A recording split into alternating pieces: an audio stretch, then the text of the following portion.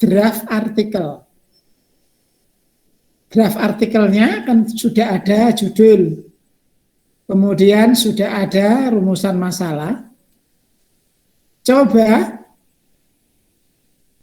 minggu depan Anda laporkan hasil penelusuran tafsirnya. Hasil penelusuran tafsirnya. Tidak perlu ditulis lengkap tafsirnya, tetapi Anda laporkan aja dulu di jilid berapa, halaman berapa. Di jilid berapa, halaman berapa. Yang perlu diperhatikan ketika Anda nanti menulis artikel tafsir tematik, kalau kamu membaca tafsir, perhatikan apakah ayat itu ada asbabun nuzulnya atau tidak. Kalau ada, kamu tulis, kamu rujuk halamannya. Kalau tidak ada, kamu laporkan. Ayat ini menurut Quraisy Shihab dalam tafsir Misbah tidak ada atau tidak ditemukan asbabun nuzulnya. Di dalam tafsir tadi apa? Qurtubi juga tidak disebutkan asbabun nuzulnya. Kalau di Ibnu Katsir ada, kamu jelaskan. Sedangkan di dalam kitab Ibnu Katsir, tafsir Ibnu Katsir dijelaskan asbabun nuzul ayat ini sebagai berikut. Caranya seperti itu. Ada ya dilaporkan, tidak ada juga dilaporkan. Kemudian singgung pula urusan Makkiyah Madaniyah. Ayat ini menurut Quraisy Shihab termasuk ayat Madaniyah. Karena ayat ini turun pada kapan gitu misalnya. Sedangkan kalau yang cerita-cerita begitu banyak itu Ibnu Katsir. Tapi Pak Quraisy banyak juga yang bercerita tentang itu. Makkiyah Madaniyah. Asbabun nuzul Makkiyah Madaniyah. Kemudian kalau ingin melihat relasi atau hubungan antara ayat satu dengan ayat yang lain, bisa melihat seperti tafsirnya Pak Quraisy itu digambarkan. Ayat ini berhubungan dengan ayat ini atau pada surat yang lain. Kalau tidak nemu, Anda perhatikan ayat sebelumnya, ayat sesudahnya, beberapa ayat, mungkin ke atas 3, ke bawah 3, Anda perhatikan, Anda jelaskan sendiri. Kalau diperhatikan posisi ayat tersebut, ada hubungannya dengan ayat sebelumnya menjelaskan tentang apa. Sedangkan ayat setelahnya menjelaskan tentang apa. Nah, kemudian nanti bisa dianalisis hubungan atau keterkaitan atau munasabah ayat ini dengan ayat sebelumnya dan setelahnya adalah apa. Oke, jadi yang pertama asbabun nuzul, yang kedua Makkah Madaniyah, yang ketiga adalah tentang munasabah. Nah, tetapi kalau yang masih mansukh itu sangat sedikit. Kecuali kalau nanti ditemukan nasih dan mansukh. Tetapi kalau tidak, berarti ayat itu masih berlaku, tidak dimansukh atau tidak dinasakh. Nah, setelah itu, kemudian nanti Anda jelaskan tafsir ayat tersebut menurut, kalau 3 kitab ya 3 tadi. Tafsir 1, tafsir 2, tafsir 3. Menurut Pak Quraisy begini, menurut Ibnu Katsir begini. Kalau menurut saya, sebaiknya urutannya Ibnu Katsir dulu. Karena kalau Ibnu Katsir itu orientasinya adalah tafsir bil ma'thur. pasti di sana ada pendapat-pendapat ulama, ada hadis-hadis, ada riwayat-riwayat, gitu. Nah, kemudian Pak Quraisy nanti yang terakhir.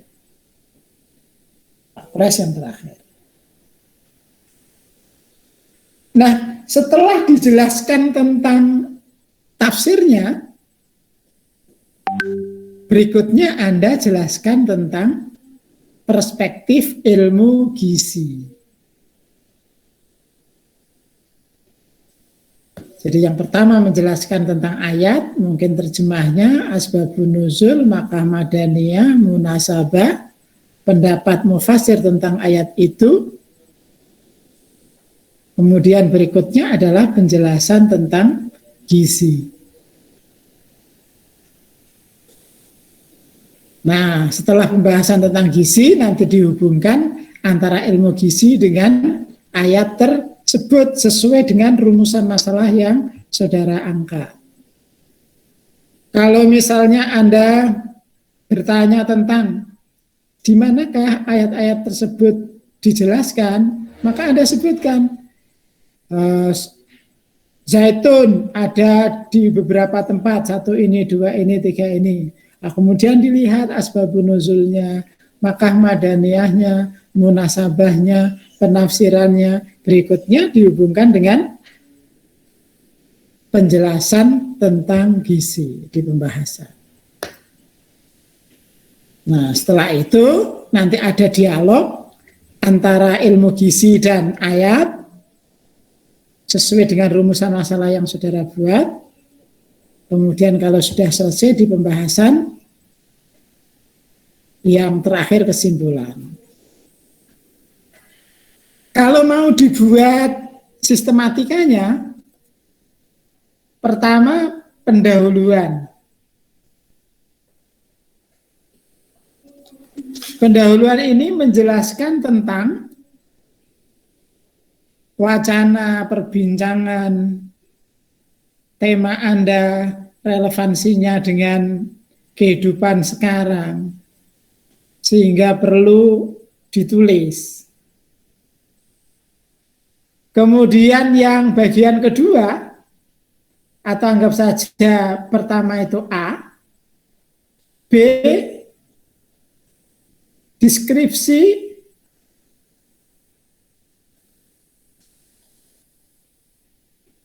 atau penafsiran gitu aja ya.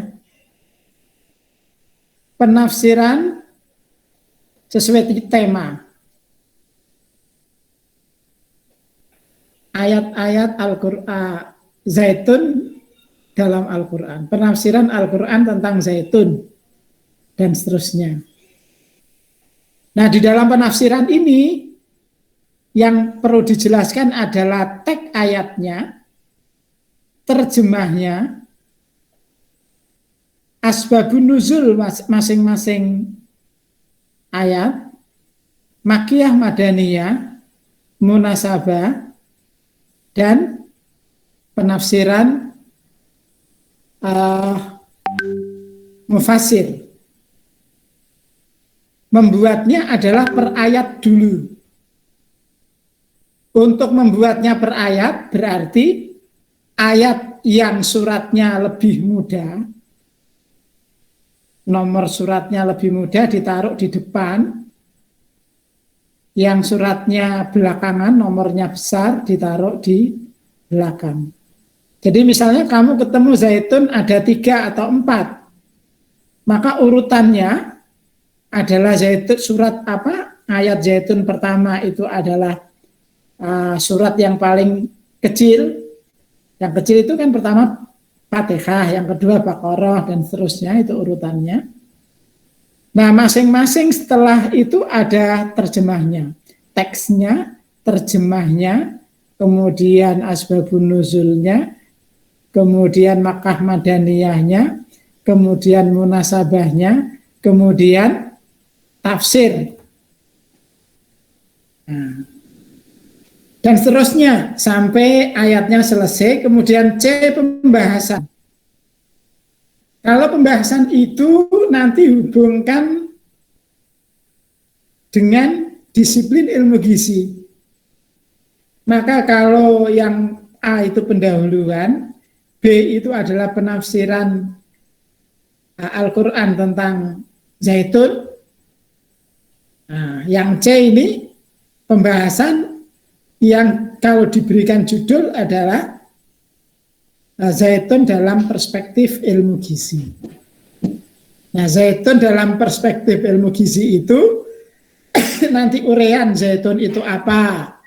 Yang kedua cerita tentang kandungan zaitun, kemudian manfaat zaitun, kemudian yang terakhir adalah pola konsumsi zaitun.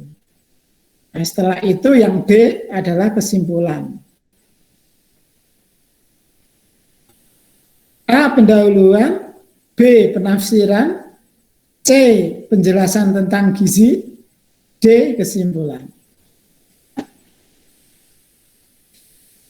Sampai di sini, ini draftnya ya, draftnya.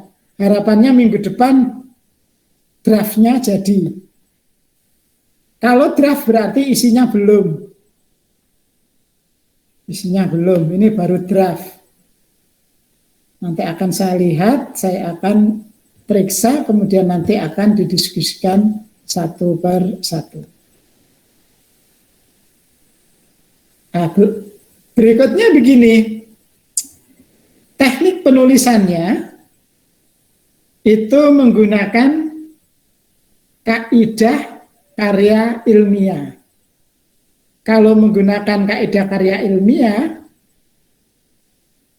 pastilah kalau kalian mengutip atau citasi, itu disebutkan. Kalau Anda menggunakan InNote, maka dalam kurung nama pengarang, koma, tahun, titik 2, halaman, kurung tutup. Nama pengarang, koma, tahun terbit, titik 2, halaman, kurung tutup. Kalau Anda menggunakan catatan kaki, maka nama, koma, buku, judul buku, koma, berikutnya adalah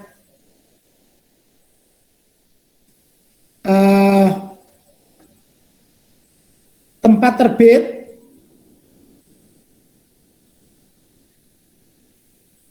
atau penerbit dulu deh, penerbit, tempat terbit, tahun, halaman.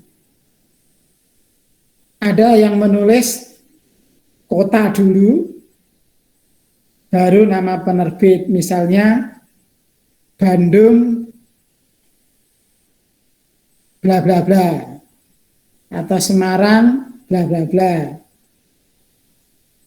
Nah, kemudian setelah itu koma, tahun, kemudian koma, halaman maksudnya, kemudian nomornya berapa, nomor halamannya. Jadi pastikan ada footnote, ada endnote. Kemudian kutipan. Kutipan itu ada kutipan langsung, ada kutipan tidak langsung. Ayat Al-Quran itu termasuk kutipan langsung. Terjemahan itu juga kutipan langsung. Maka kalau itu kutipan langsung, termasuk terjemahan, itu dibuat satu spasi. Kalau kutipan selain terjemahan Al-Quran, itu persyaratannya lebih dari 5 baris.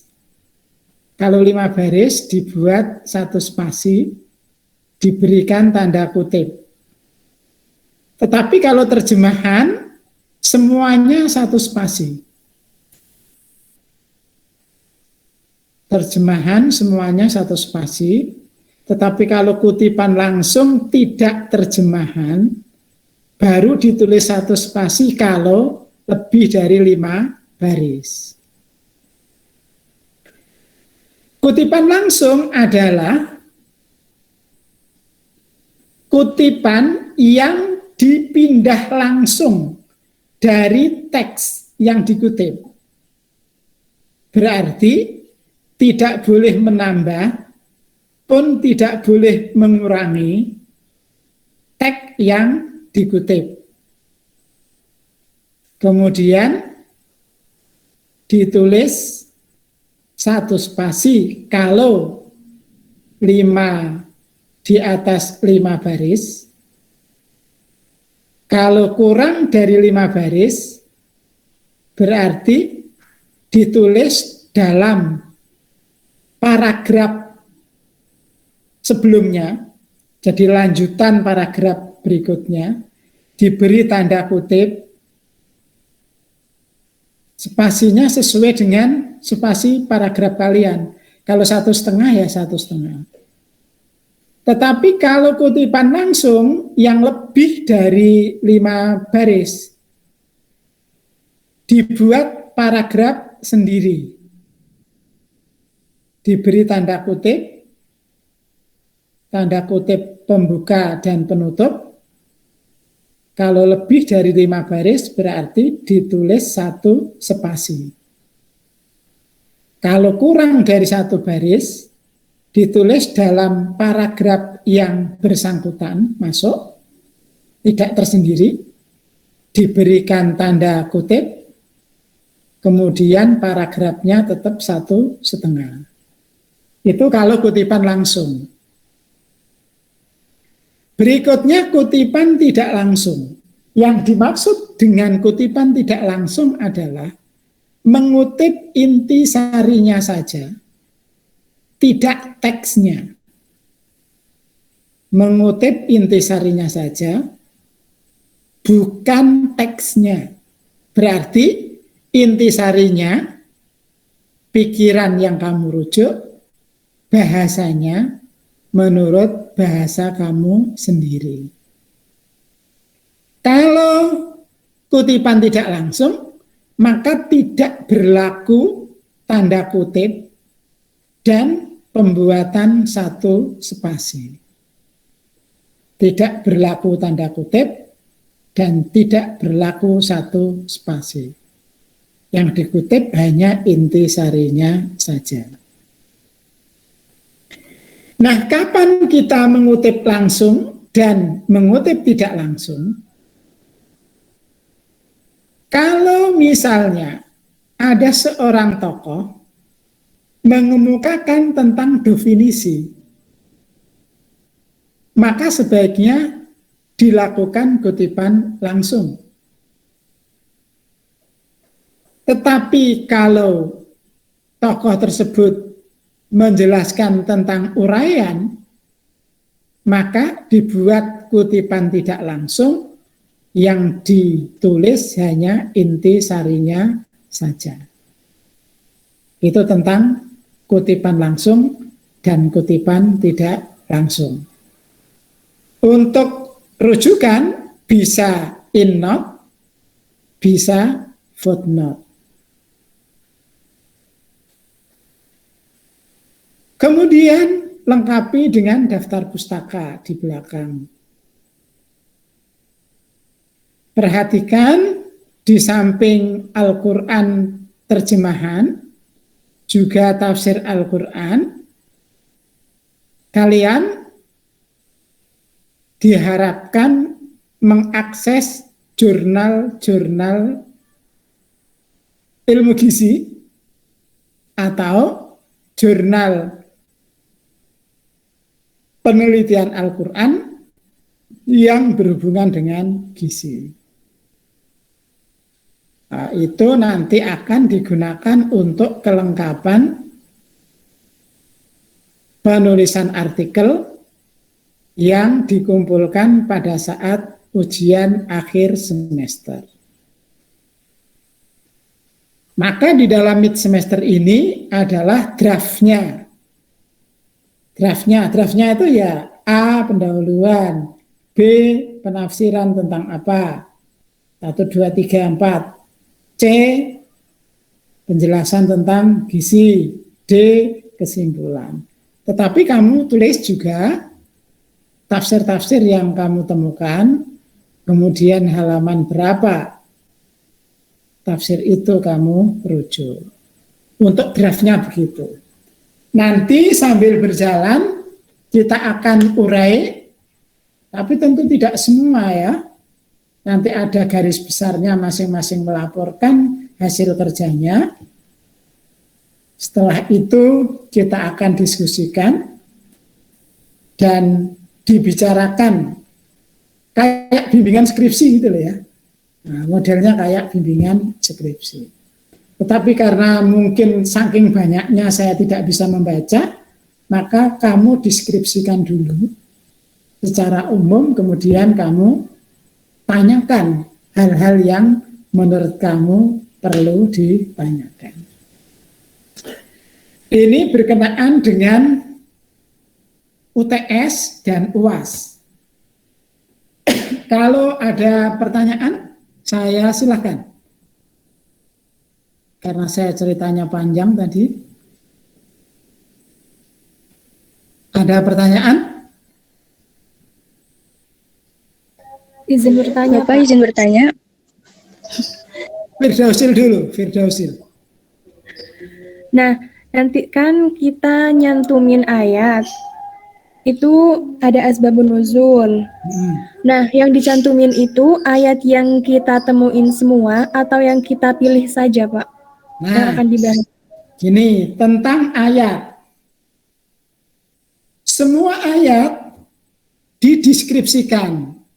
Dideskripsikan itu dijelaskan.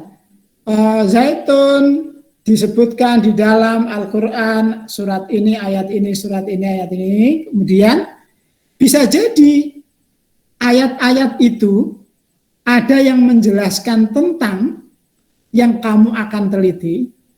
Ada pula yang tidak secara spesifik menjelaskan yang kamu teliti. Kalau terjadi yang kedua, ada ayat tapi tidak relevan dalam penelitian kamu, maka kamu jelaskan. Ayat ini mengandung tentang ini, maka tidak masuk dalam penelitian saya. Yang masuk dalam penelitian saya adalah, bukan saya ya, peneliti atau penulis, itu adalah Quran surat ini ayat sekian. Bisa dipahami, Firdausil? Bisa, Pak. Ya, jadi semua dijelaskan. Kalau ketemu 15-nya dijelaskan semua. Tetapi yang kamu teliti, yang relevan dengan yang akan kamu bahas. Kalau cerita tentang air misalnya, tapi tidak relevan dengan yang kamu bahas, ya kamu jelaskan bahwa Quran surat ini tentang air tidak dibahas karena begini. Tadi Dina Dwiworo bertanya apa?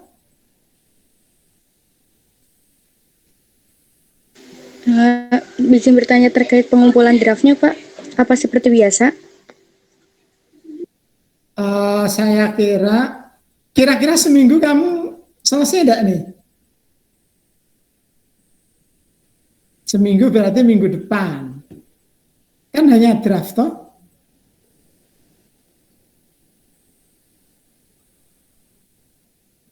Coba minggu depan ya.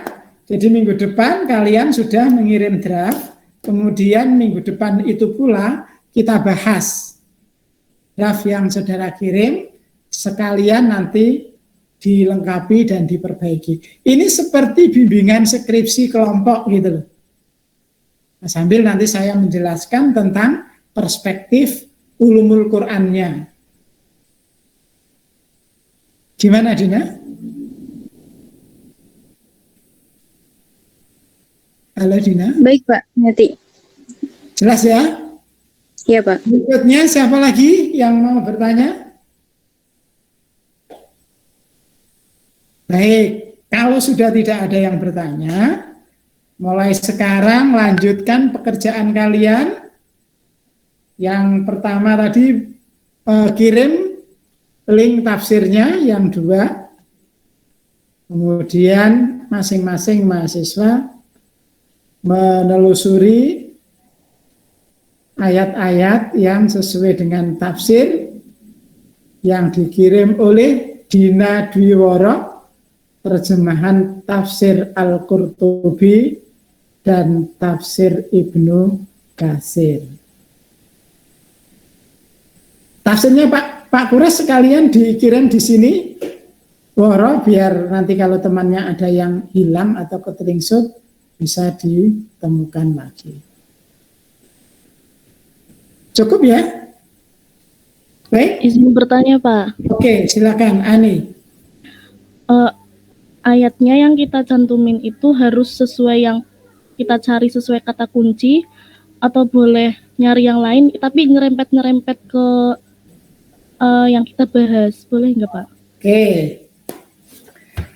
Jadi ketika kalian nanti bicara tentang analisa atau penjelasan atau pembahasan, mungkin begini ya, mungkin ini. A. Pendahuluan, B. Penafsiran, C. Kaitannya dengan gizi, D. Pembahasan, D. Pembahasan, kemudian E. Kesimpulan. Nah, di pembahasan itu nanti kalian boleh mencari penjelasan ayat lainnya ataupun hadis pendukung atau fikih, misalnya hubungannya dengan sembelihan, itu di Quran kan tidak jelas, nanti lebih jelasnya dijelaskan di hadis. Hadis pun belum begitu konkret, konkretnya nanti dijelaskan di fikih. Maka kalau pertanyaannya seperti itu, maka A. Pendahuluan, B. Penafsiran ayat, C. Penjelasan tentang gizi, D. Pembahasan. Nah, di pembahasan itu menghubungkan antara B dan C ditambah dengan kelengkapan lainnya. Nah, kelengkapan lainnya misalnya ayat-ayat yang relevan atau hadis-hadis yang relevan atau berhubungan dengan fikih atau berhubungan dengan karya yang telah ditulis dalam jurnal-jurnal ilmiah. Tadi siapa yang tanya ya? Saya, Pak. Pak Ani, ya. Gimana nih Ani? Iya, Pak, udah paham. Udah paham, terima kasih. Berikutnya silakan. Bapak izin bertanya lagi. Ya. Apakah tafsir ilmi termasuk juga, Pak? Jadi, apa maksudnya gimana nih? Saya nemu PDF tentang tafsir ilmi tentang tumbuhan dan hewan. Apakah itu termasuk juga, Pak? Nanti kalau itu langsung menukik pada ayat yang kamu cari, dimasukkan di B.